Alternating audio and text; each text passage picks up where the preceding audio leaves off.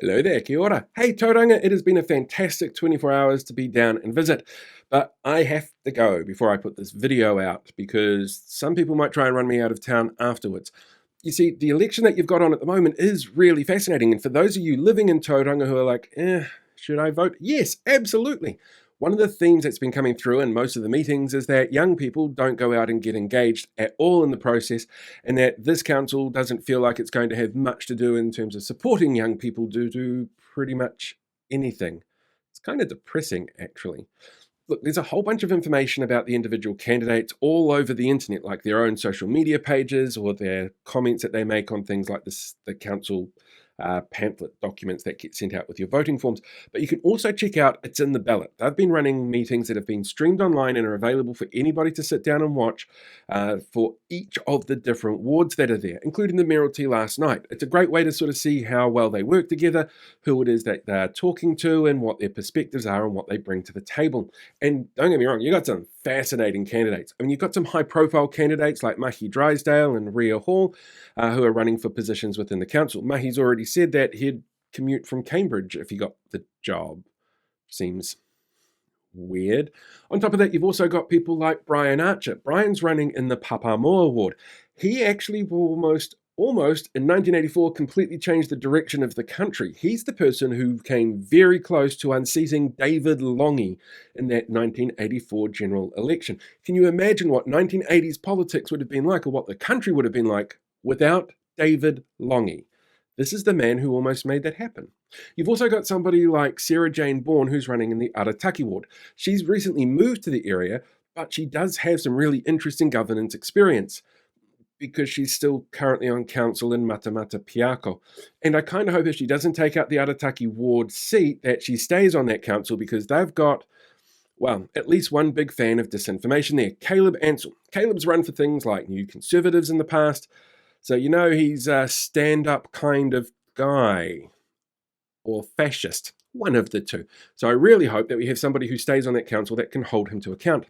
And like every other election we seem to have these days, the sort of people who fall for disinformation are definitely within the list of candidates that are there. And it's a really interesting one to look at, because Tauranga is a place that has, well, let's just say, not the best reputation when it comes to certain areas of society. And that's the nice way of putting it. Like, for example, if you take a look at what candidate Murray Guy does, he has this very strange tie-in with the Tauranga City Residents Ratepayers group, where he'll post things on his page and then cross-post it to other pages that have absolutely nothing at all to do with the election or with Tauranga.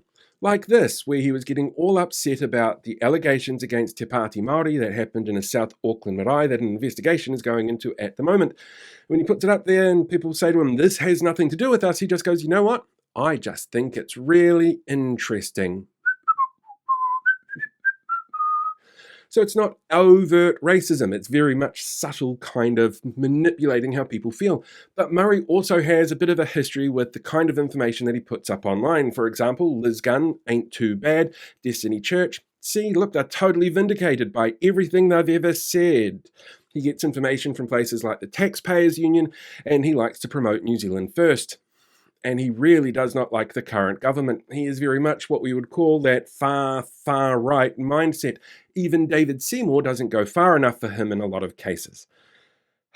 And Murray is certainly not alone. For example, in the Matua Otumotai ward, you've got Susie Edmont. Now, a lot of people actually messaged me about Susie saying, look, she's a cooker. And it was really kind of difficult to find that information at first until I did some really significant digging, because it is there. For example, she was a big fan of the protests outside Wellington from the conspiracy theory cookers. She's promoted material from the Hamilton Residents and Ratepayers Association about the evils of those 20-minute cities. In fact, promoting that meeting that ran councillors out of that meeting because they issued them with execution writs.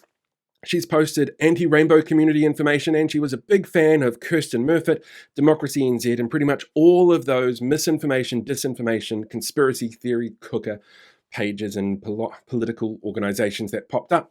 She's also got this really weird thing where she apparently supports the rainbow community but won't allow public support of the rainbow community, probably because of this.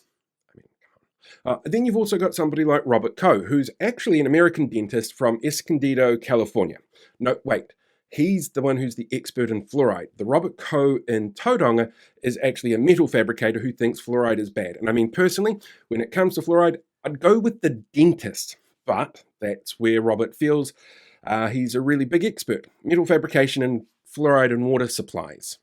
Oh, and in Bethlehem, not the one overseas, the one here, you've got Darren Gilmour running. Now, Darren runs on a platform that's pretty much stick to core services, crime bad, infrastructure good.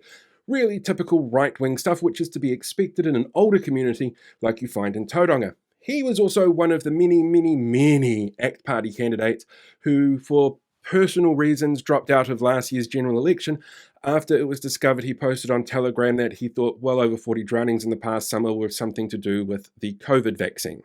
Complete coincidence, apparently. So yeah, you have some interesting candidates that are running in Tauranga, and it's completely up to you on who you vote for. But it's also really important you know who it is that you are voting for. So take some time if you are there, or if you're not, encourage people you know that are there to get out there and have their say, to have their vote. Because the last thing that you're going to want is another council who can't work together, who are very easily manipulated by outside organisations or mis and disinformation. You want a council that can see what's going to make your city fantastic and work towards it.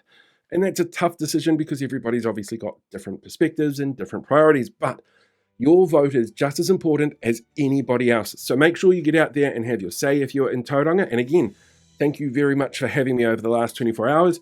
I look really forward to seeing what the election outcomes bring.